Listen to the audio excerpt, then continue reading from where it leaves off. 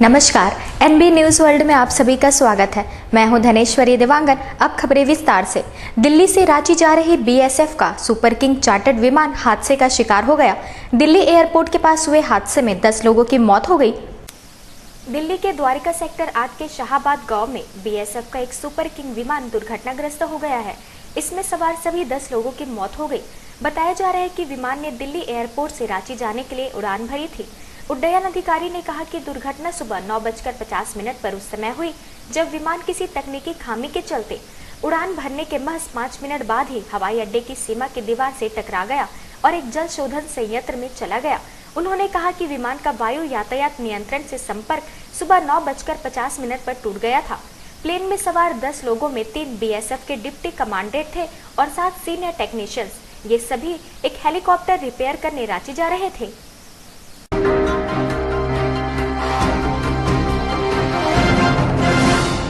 कलाकार हेमा उपाध्याय और वकील हर्ष भामवानी की हत्या के मामले में मुंबई पुलिस ने हेमा के पति चिंतन उपाध्याय को गिरफ्तार किया है।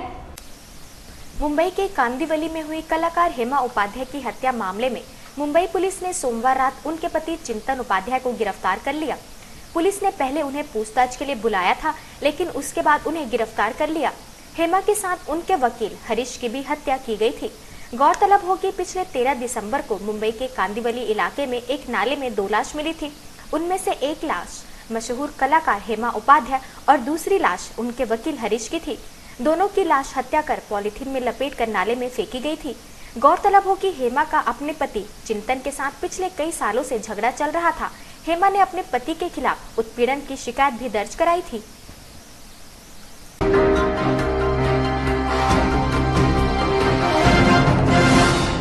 बीजेपी सांसद कीर्ति आजाद के खिलाफ पार्टी ने कार्यवाही करने का मन बना लिया है। डीडीसीए मामले में वित्त मंत्री अरुण जेटली के खिलाफ मोर्चा खोलने के लिए पार्टी गुस्से में है। डीडीसीए मामले में वित्त मंत्री अरुण जेटली के खिलाफ बोलना भाजपा सांसद और पूर्व क्रिकेटर कीर्ति आजाद को भारी पड़ सकता है। भाजपा उनके इस गतिविधि को पार्टी विरोधी मानते हुए उनके खिलाफ कड़े कदम उठा सकती है।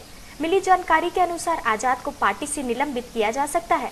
संसद का शीतकालीन सत्र बुधवार को समाप्त होने के बाद उनको कारण बताओ नोटिस मिल सकता है और उन पर गाज गिर सकती है।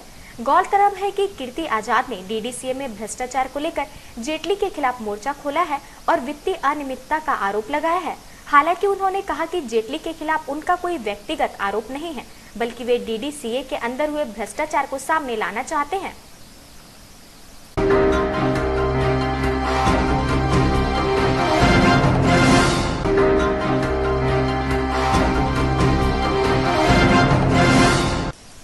अफगानिस्तान के जलालाबाद स्थित भारतीय वाणिज्य दूतावास पर तालिबानी हमले की योजना सुरक्षा बलों ने विफल कर दी।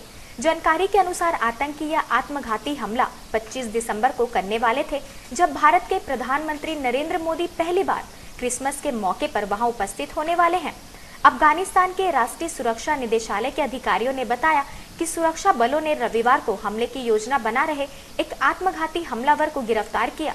नांगरहार प्रांत के गवर्नर के प्रवक्ता अताउल्लाह लुदीन ने बताया कि संदिग्ध हमलावर की पहचान नासिर के रूप में की गई है। नासिर उत्तर पूर्व कपीसा प्रांत के तगाब जिले का निवासी है। वो हाल ही में तालिबान में शामिल हुआ था। हफ्ते भर में इस तरह की यह दूसरी घटना है। पिछले हफ्ते सुरक्षा कर्मियों ने 2 आईएस आतंकवादियों को गिरफ्तार किया था, जिन्होंने जलालाबाद में वाहनों पर हमले की योजना बनाई थी।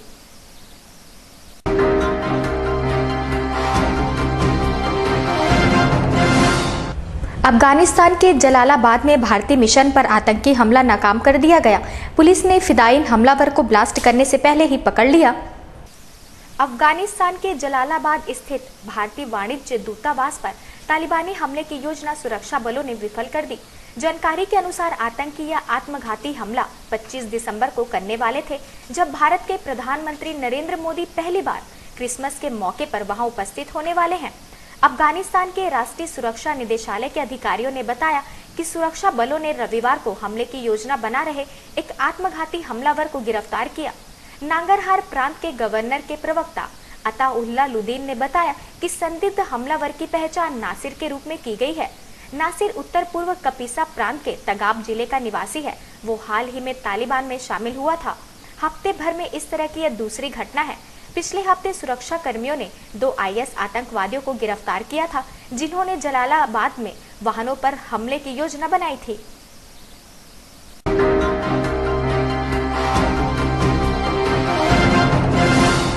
प्रधानमंत्री नरेंद्र मोदी ने दिल्ली एवं जिला क्रिकेट संघ में वित्तीय अनियमितताओं के आरोप में घिरे वित्त मंत्री अरुण जेटली का बचाव करते हुए कहा कि उन पर लगे सभी आरोप बेबुनियाद हैं और वो पूरी तरह पाक साफ हैं।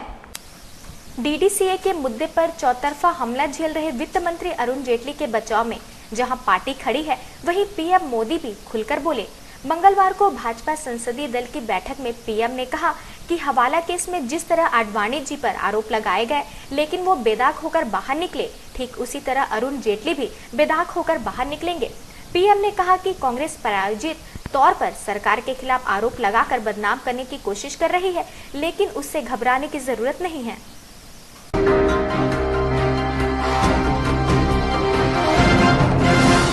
जवाहरलाल नेहरू विश्वविद्यालय में सोमवार को कार्यकारी परिषद सदस्य ने बैठक में महत्वपूर्ण निर्णय लेते हुए यौन शोषण के आरोपी शिक्षक को बर्खास्त कर दिया। JNU ने एक सहायक प्रोफेसर को विदेशी छात्रा की ओर से दायर कथित यौन उत्पीड़न के एक मामले में विश्वविद्यालय की जांच कमेटी द्वारा दोषी पाए जाने के बाद उनकी सेवा खत्म कर दी। छात्रा प्रोफेसर के मार्गदर्शन में रिसर्च कर रही थी। जवाहरलाल नेहरू विश्वविद्यालय की कार्यकारी परिषद की एक आपात बैठक में यह फैसला किया गया। परिषद विश्वविद्यालय में फैसला लेने वाली सर्वोच्च इकाई है। शिकायतकर्ता बांग्लादेश की नागरिक है। वो विश्वविद्यालय के समाजशास्त्र विभाग में प्रोफेसर की निगरानी में शोध कार्य कर रही थी।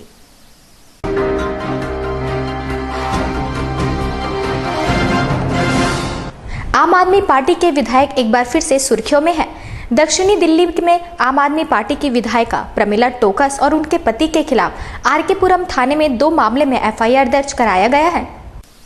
आम आदमी पार्टी के एक और विधायक पर FIR दर्ज कराई गई है। दक्षिणी दिल्ली से आम आदमी पार्टी की विधायक प्रमिला टोकस और उनके पति के खिलाफ RK पुरम थाने में FIR दर्ज कराई गई है।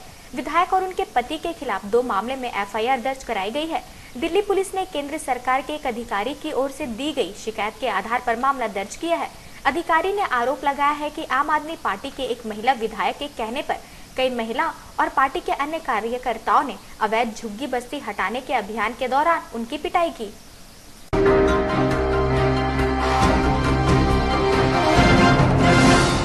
पंजाब के स्वास्थ्य मंत्री सुरजीत कुमार जियानी ने शराब को नशा मानने से साफ इनकार कर दिया है। पंजाब के स्वास्थ्य मंत्री सुरजीत कुमार जियानी एक बार फिर अपने बयान पर घिरते नजर आ रहे हैं। सुरजीत ने शराब को लेकर बेतुका बयान दिया। एक नशा मुक्ति केंद्र के उद्घाटन में पहुंचे मंत्री जी ने शराब को नशा मानने से ही इनकार कर दिया। मंत्री जी के मुताबिक मैं शराब को नशा नहीं मानता। मंत्री जी ने अपने इस बयान पर बकायदा तर्क भी दिया। उनके मुताबिक आप इसे नशा नहीं कह सकते क्योंकि फैक्ट्रियों को इसके लिए मंजूरी मिलती है, बकायदा टेंडर भी निकाला जाता है। बताइए तो फिर आप कैसे कहेंगे कि शराब नशा है। मंत्री जी यही नहीं रुके, अपने बयान को सिद्ध करने के लिए उन्होंने सेना को भी लपेट लिया। उन्होंने कहा आर्मी में शराब और पार्टियों में शराब आदि के इस्तेमाल को लेकर सरकारी लाइसेंस मिलता है। हम ठेके की नीलामी करते हैं तो हम कैसे कहेंगे कि शराब नशा है। शराब ਨੂੰ मैं नशा नहीं ਮੰਨਦਾ। शराब नशा ਤੁਸੀਂ ਕਹਿ नहीं सकते क्यों कि फैक्ट्रियां ਨੂੰ मंजूरी है, टेंडर ਹੁੰਦਾ है ਤੇ ਤੁਸੀਂ ਕਿਵੇਂ ਕਹੋਗੇ शराब ਨੂੰ नशा।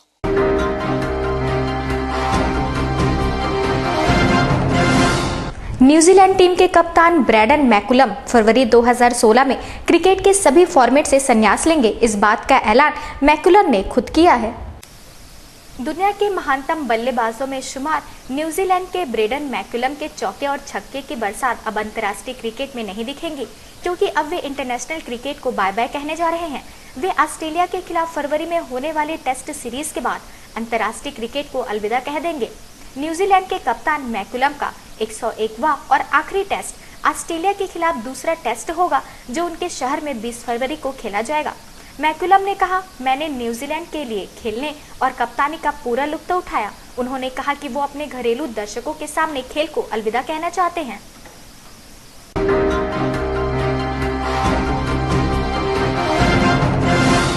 ताज़ा तरीन खबरों के लिए बने रहिए हमारे साथ NB न्यूज़ वर्ल्ड में।